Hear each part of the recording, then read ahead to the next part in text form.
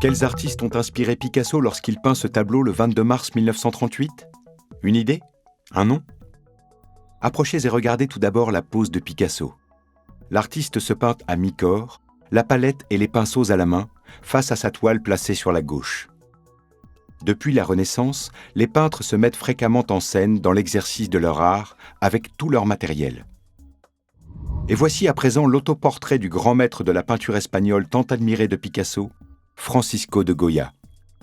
C'est exactement la même pose.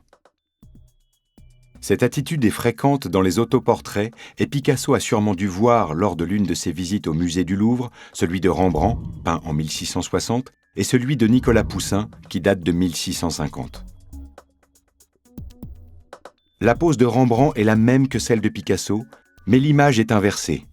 Poussin, en revanche, n'a pas posé de chevalet face à lui.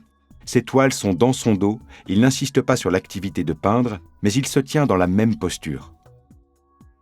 Attardons-nous à présent sur les yeux de Picasso.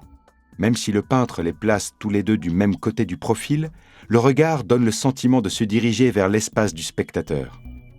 Tout comme Goya, comme Rembrandt et comme Poussin. Mais ces peintres vous regardent-ils vraiment ? Pas du tout. Si beaucoup d'artistes se sont représentés dans cette position, le torse de face et la tête tournée, c'est qu'il y a une raison technique. Pour peindre leurs traits avec exactitude, ils tournaient le regard vers un miroir. L'autoportrait qui est sur la toile correspond en réalité au reflet aperçu dans le miroir. Un procédé que Picasso a repris à son compte dans le dessin de 1938.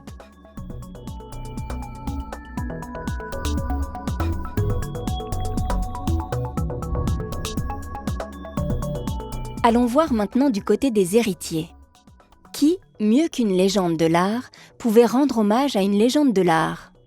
Lorsqu'Andy Warhol réalise Head 5 After Picasso en 1985, il est lui-même devenu une superstar.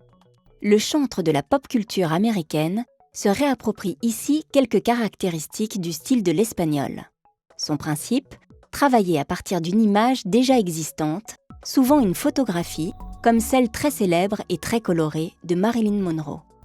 Ici, ce sera un tableau. Regardez. On retrouve la décomposition hachée du visage en quelques éléments, typiques de Picasso. Mais les couleurs sont vives, associées à une technique d'impression permettant de reproduire facilement une œuvre à plusieurs exemplaires. C'est ça, la marque de fabrique de Warhol.